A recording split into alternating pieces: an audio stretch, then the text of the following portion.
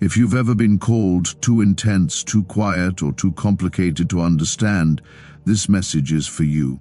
You might be one of the chosen ones, a soul set apart, designed to walk a path that's anything but ordinary. But with that divine assignment comes a cost: emotional isolation, misunderstood motives, and complicated relationships.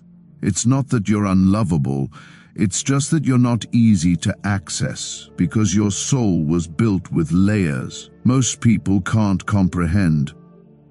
The truth is, chosen ones often experience deep loneliness in a world that was never designed to fully embrace them. Friends fall away, lovers leave, family misreads you. But this isn't punishment, it's preparation. Today we'll dive deep into 8 powerful reasons why chosen ones are the most difficult people to love or make friends with, and why this spiritual reality is part of your divine calling.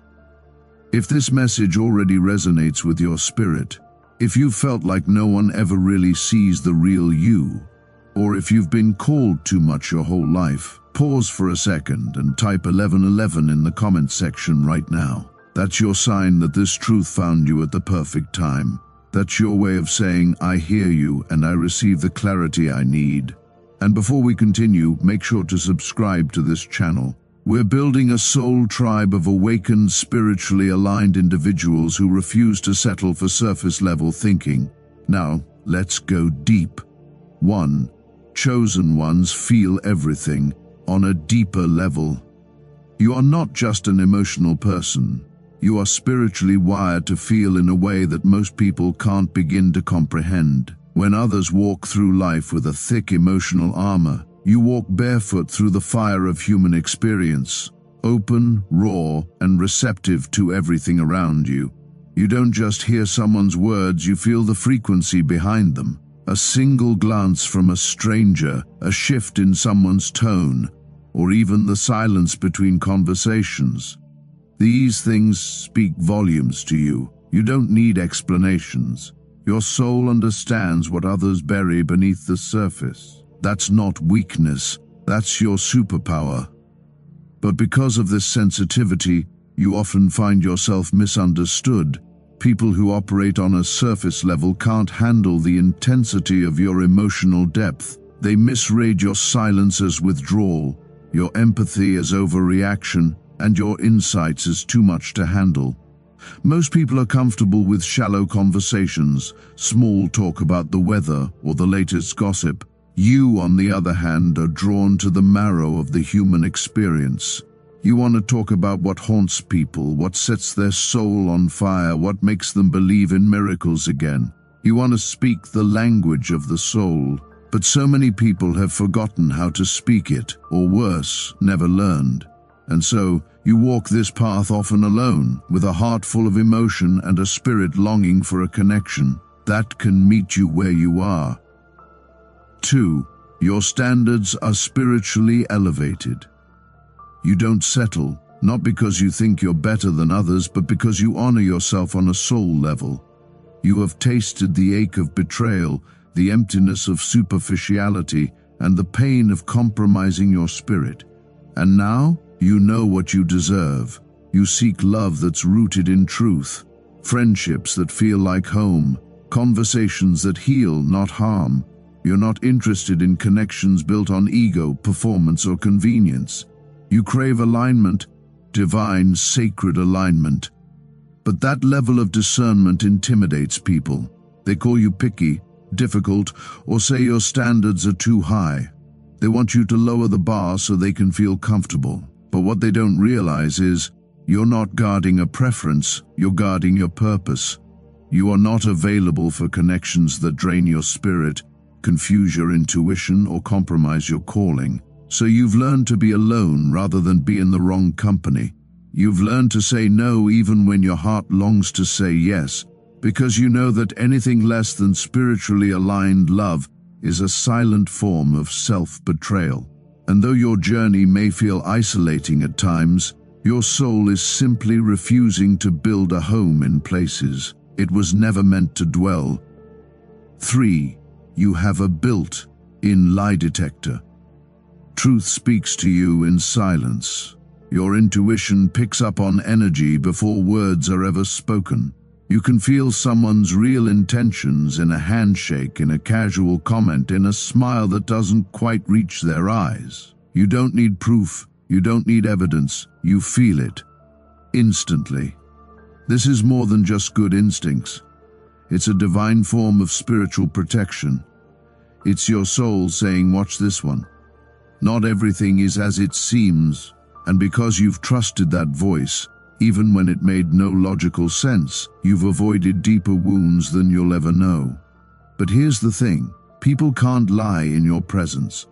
They may try, but they'll feel exposed, uncomfortable, unmasked, because your energy doesn't. Just listen, it mirrors.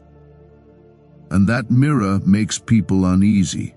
It reflects back to them the parts of themselves they try to hide, their false motives, their concealed shadows, their unhealed pain.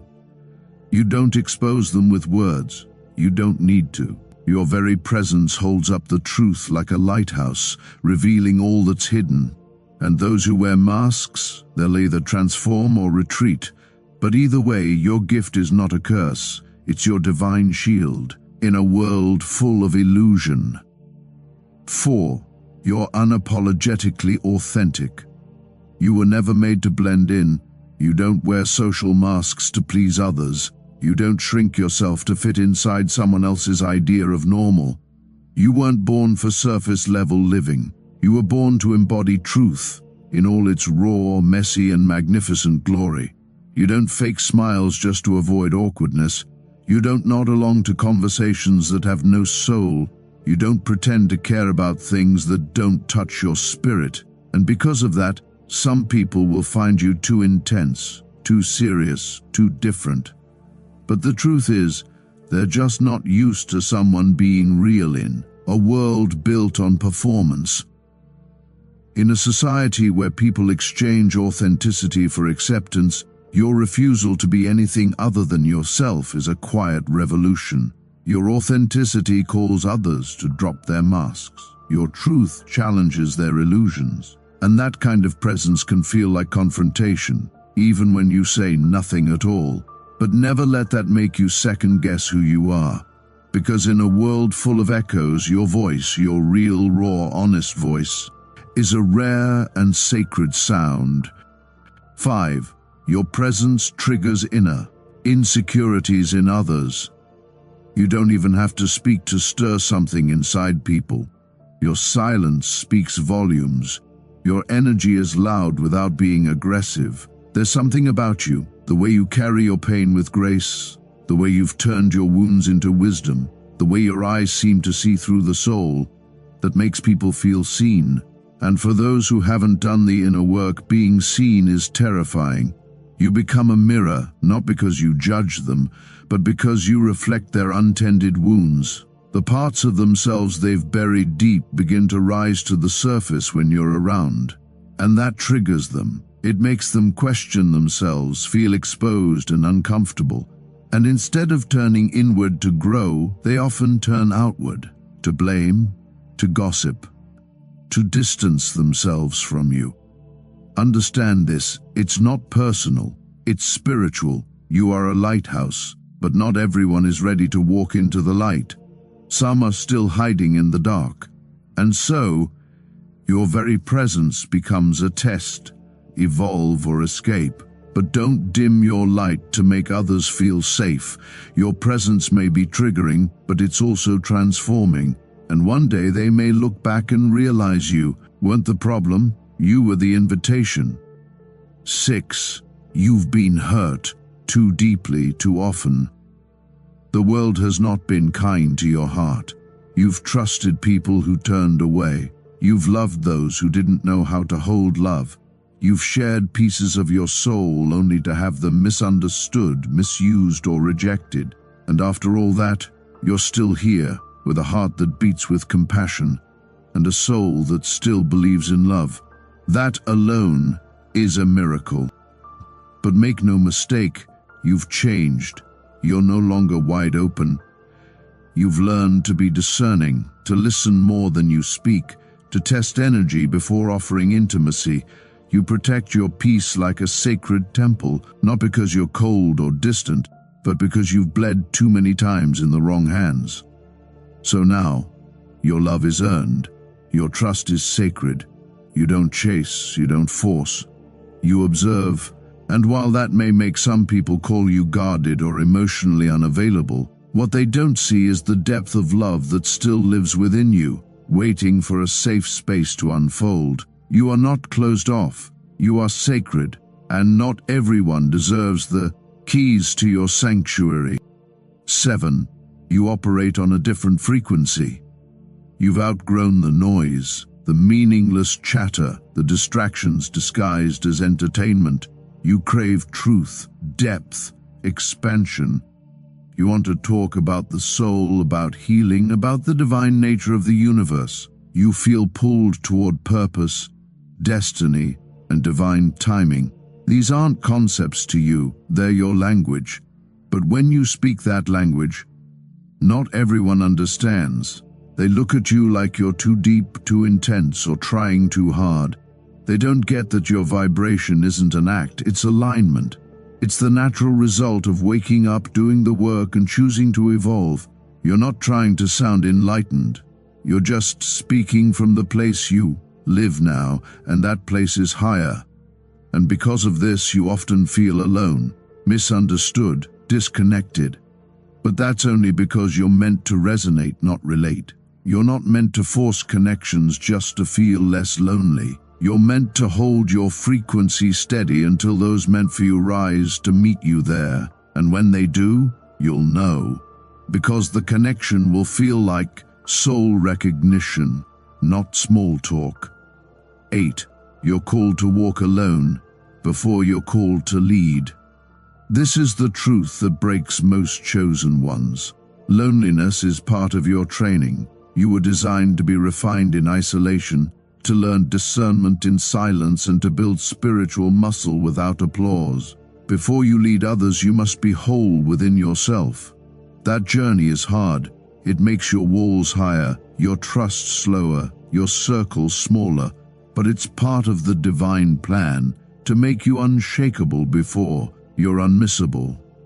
If you've ever been told you're too hard to love, don't let that lie sink into your soul.